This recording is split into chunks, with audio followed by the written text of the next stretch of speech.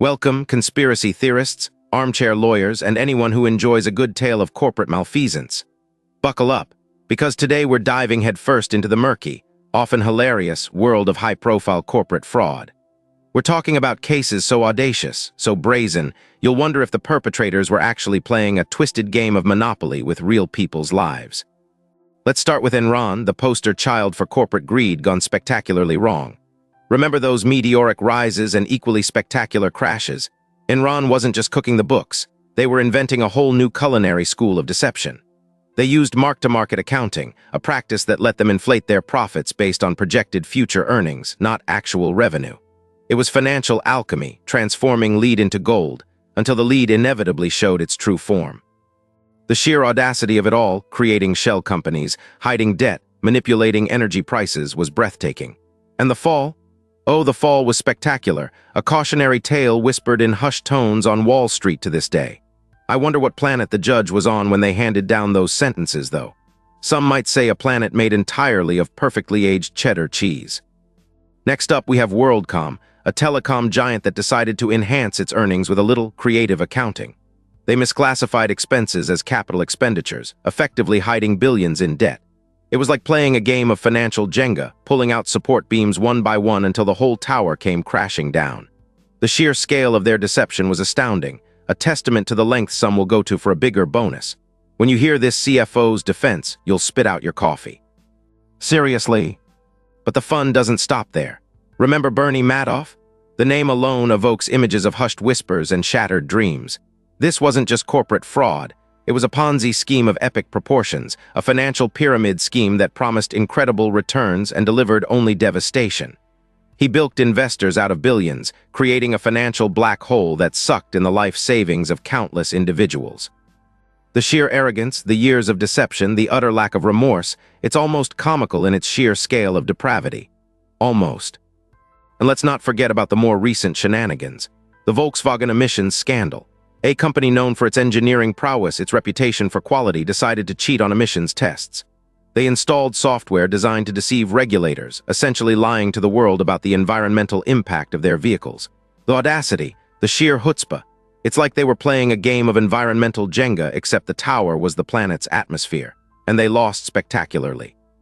These cases and countless others highlight a disturbing trend, the willingness of some corporations to prioritize profits over ethics, legality, and even basic human decency. It's a disturbing reflection of a system that, at times, seems more interested in rewarding audacity than punishing wrongdoing. The fines levied, the prison sentences handed down, they often feel like a slap on the wrist compared to the scale of the crimes committed. But amidst the darkness, there's a glimmer of hope. These scandals have led to increased regulatory scrutiny, stricter accounting practices, and a greater awareness of the importance of corporate governance.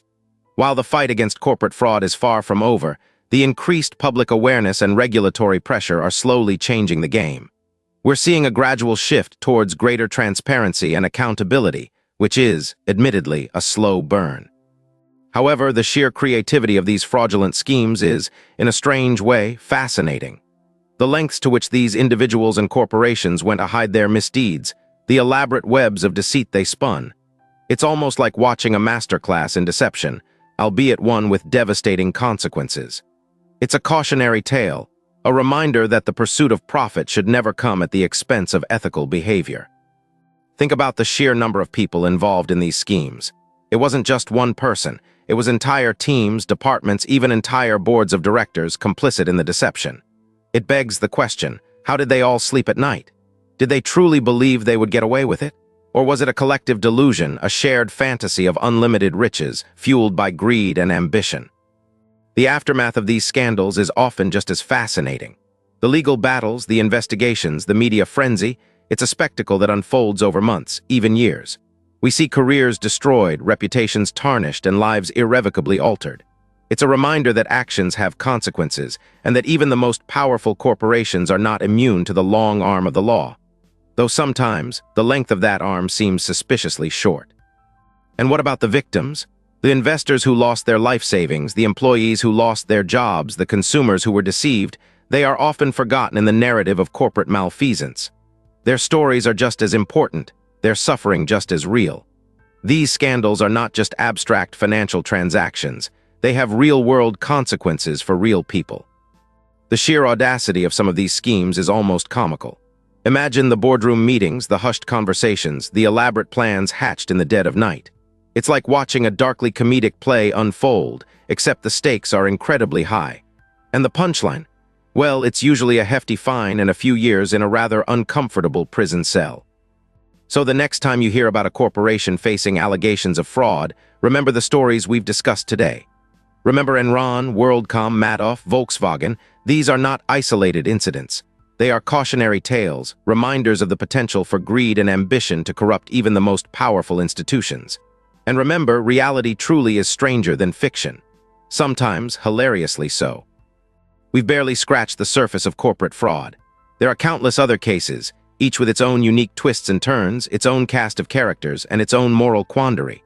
But these examples serve as a stark reminder of the importance of ethical conduct, transparency, and accountability in the corporate world. The fight against corporate fraud is an ongoing battle, but with increased awareness and stronger regulations, we can hope to create a more just and equitable system. Until then, keep your eyes peeled, your wallets guarded, and your sense of humor handy. Because let's face it, the world of corporate fraud is a never-ending source of both outrage and amusement. And that, my friends, is a story worth telling.